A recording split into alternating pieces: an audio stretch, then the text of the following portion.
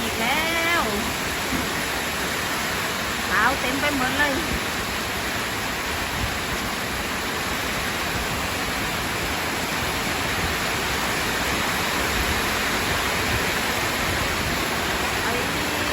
ยังเล่น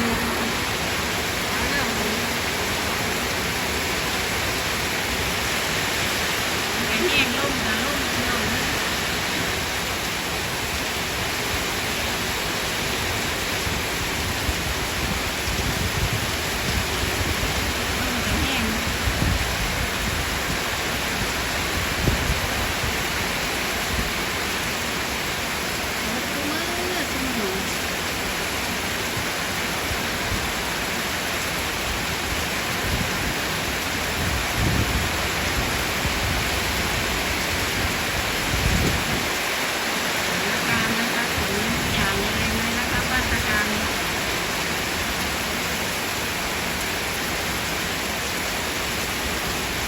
เป็นใหม่พี่น้องเป็นใหม่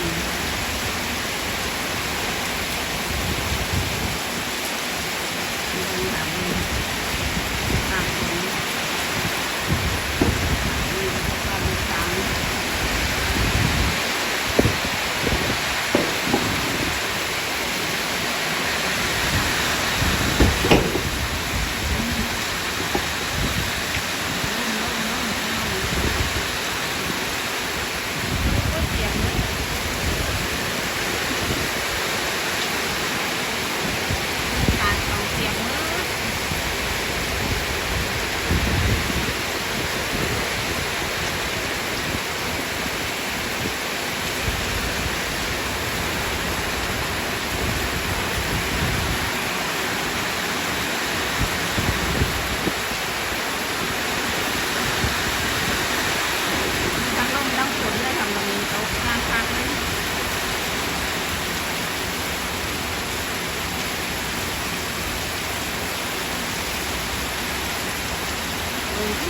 พี่น้องเป็นใหม่ยังไง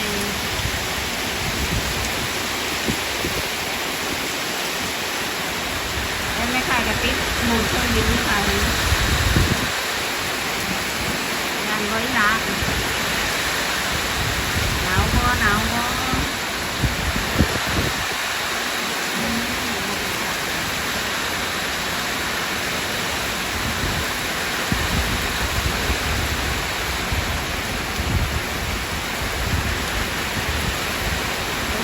ดีงามๆเด้ออย่าลุ่มเถิดพี่น้องลูกหลานมีตัวอย่าง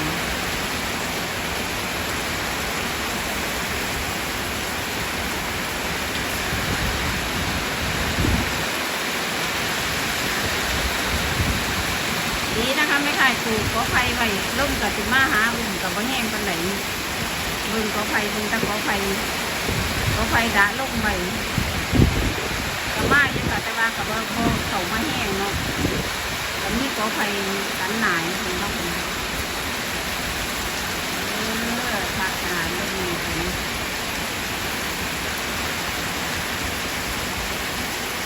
น้ำไหลเย็นๆเลย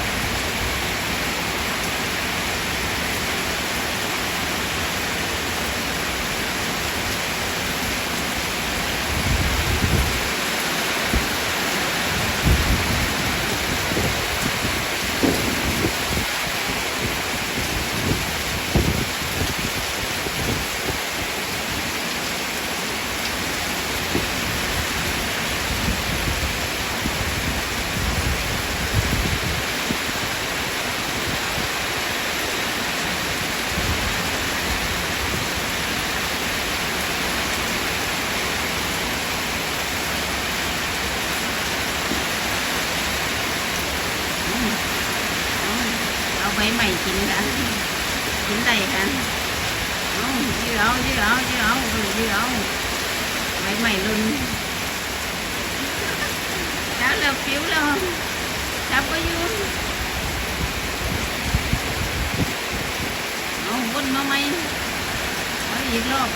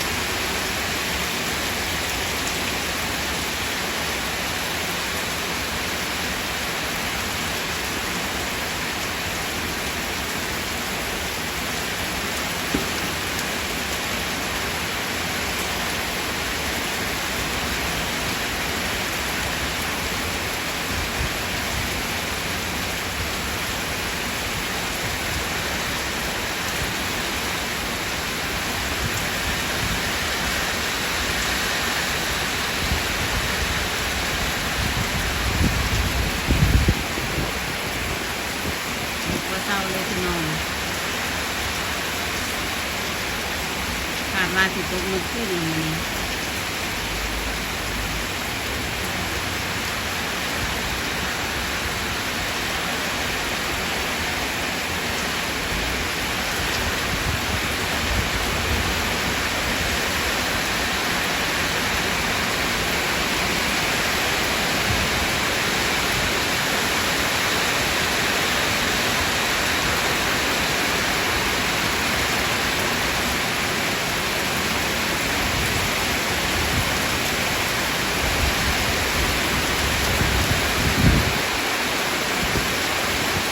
งานทั้งหมดแล้ว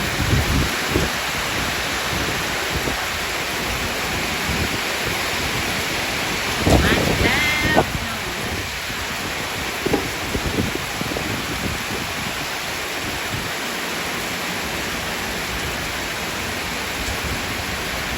แห้งเป็นอีกแล้วเกี่ยงง่ายเลย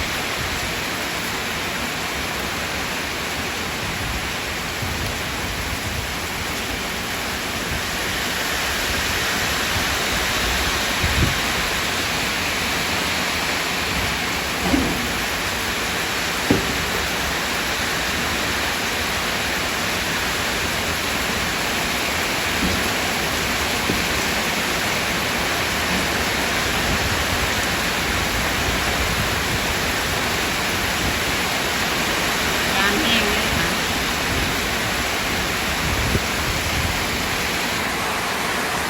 มันคือน้องลมแห้งกับแห้งทั้งลมทั้งฝนค่ะแห้งตื่นอยู่มันในลมสวมแท้สวมแท้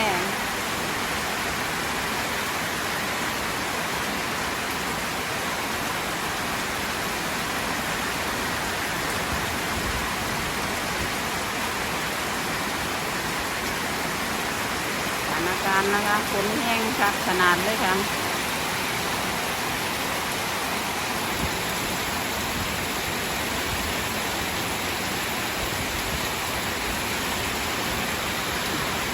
ว่าใครมีลมแต่ฝนคักอยู่